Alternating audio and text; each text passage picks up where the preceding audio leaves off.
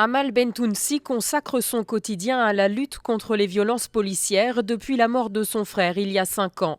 Un soir d'avril 2012, on repère Amine Bentounsi dans les rues de Noisy-le-Sec. L'homme, condamné pour vol à main armée, est en cavale depuis 2 ans. L'un des policiers à sa poursuite tire 4 fois. Il affirme avoir vu le fugitif se retourner, lui faire face et le menacer d'une arme à feu, et donc avoir agi en état de légitime défense. Mais la balle mortelle l'atteint dans le dos. Du début à la fin, personne ne voit Amine se retourner. À partir du moment où il a sorti son arme, c'était pour tuer mon frère. C'est un homicide volontaire.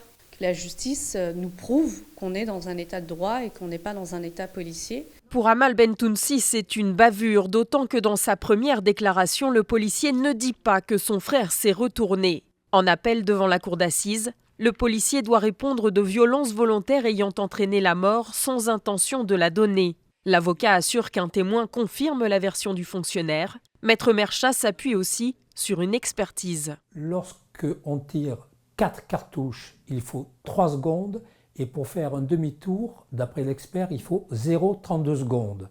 C'est-à-dire que Bentounsi a fait un demi-tour ou un quart de tour entre la première cartouche et la troisième qu'il a touchée. Acquitté en première instance, le policier risque 20 ans de prison.